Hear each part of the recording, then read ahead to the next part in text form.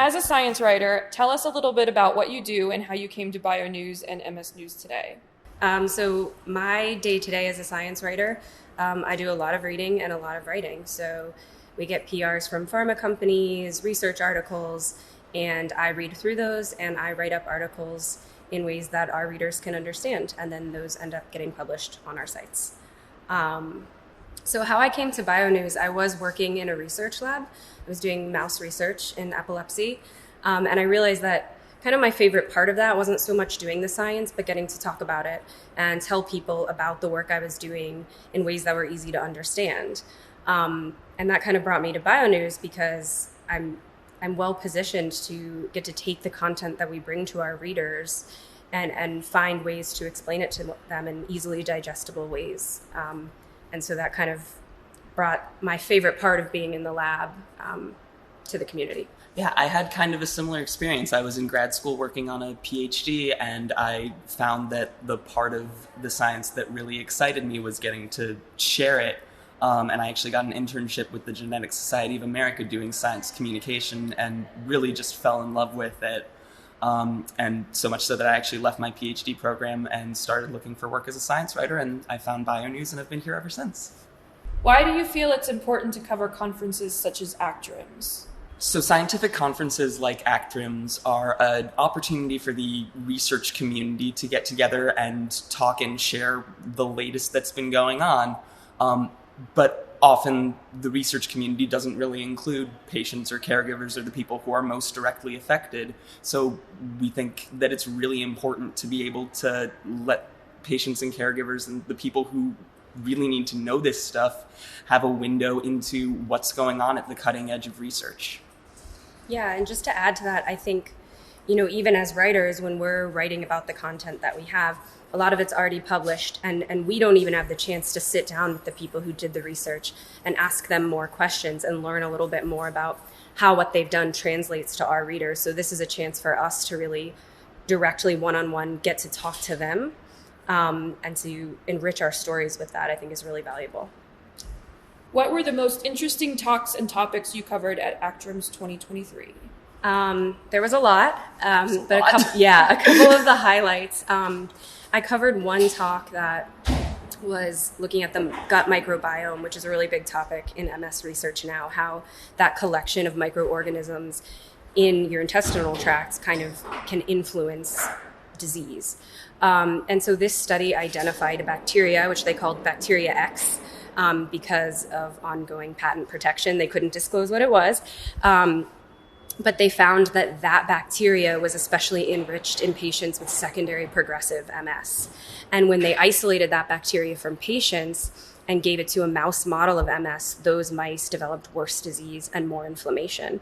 And so there's ongoing research about how that bacteria might be involved in MS progression, which I thought was really cool. And then my other kind of favorite thing that I did at the conference was the Black and African Americans with MS documentary. And so that covered the lived experiences of Black people living with MS and healthcare professionals who treat these patients and how they advocate for them. And kind of in conjunction with that, I got to interview Tyler Campbell, who is a Black patient living with MS, and Dr. Mitzi Joy Williams, who is a neurologist who specializes in MS. And I got to sit down with them and talk with them a little bit about their experience with the documentary. So that was really fun, and that's going to be an exciting story. Yeah, actually building off that, one of the talks I got to sit in on was about diversity and inclusion in MS clinical research, and how, if you look at the data that we have for treatments for multiple sclerosis, by and large, the studies that we have are disproportionately white. And what that means kind of is that the data we have doesn't fully reflect the breadth of the MS community, because there's a lot of people of color with MS. Trials also tend to skew younger and less disabled, so there's a lot less data on older people and people with more progressed disability. And really, there's just been a lot of discussion amongst the research community of wanting to address these issues, because it's well established that, if we want to have data that reflects the community, then we need to be doing studies that include people that reflect the community. And there need to be proactive steps on the part of the research community to bring in people from quote unquote historically underrepresented groups. And there's been a lot of just interesting discussion about like how can we change clinical trial designs and what proactive steps can we take to bring people into that. Another really interesting talk that I covered was actually a debate, which you don't often hear at science conferences, but it was about the Epstein-Barr virus, or EBV, which has emerged as a leading risk factor for multiple sclerosis, and that's led a lot of people to wonder, well, if this virus is a risk factor, could we target the virus either to treat ongoing MS or to prevent it?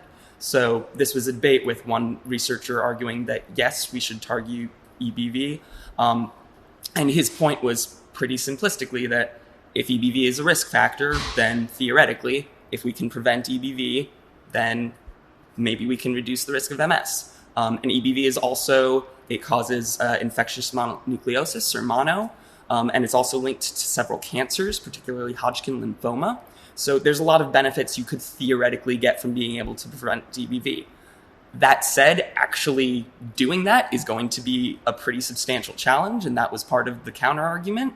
EBV infects almost the entire population. Around 90 to 95% of people around the world have been infected with it. Most commonly, it's what are called non-specific childhood illnesses. So if you just imagine when you're a kid, you get a runny nose or a cold or a flu or whatever that doesn't really count as anything. EBV is one of several viruses that can cause those. And so when we're talking about prevention with something like a vaccine, there's a lot of steps that are going to need to be taken to ensure that that can be done safely, especially if we're talking about targeting young, healthy children usually to prevent this, because most infections occur in early to mid-childhood. So it was just really interesting to hear both perspectives on that.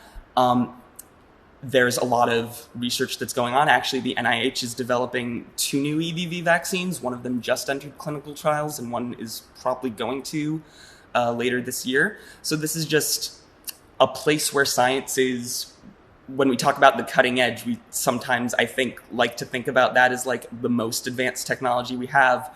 But also the cutting edge is sometimes where like we don't quite know. Like we know pretty for sure that EBV is a risk factor, but as far as can we target it for MS, we don't know, and we'd like to find out, and hopefully those studies are going to happen. So all of those things that Marisa and I just talked about, we're going to be writing those up and publishing stories on them all through next week on our Multiple Sclerosis News Today website. So you can check it out for all of that content and check out our social media for all of the coverage that we've been doing throughout the conference.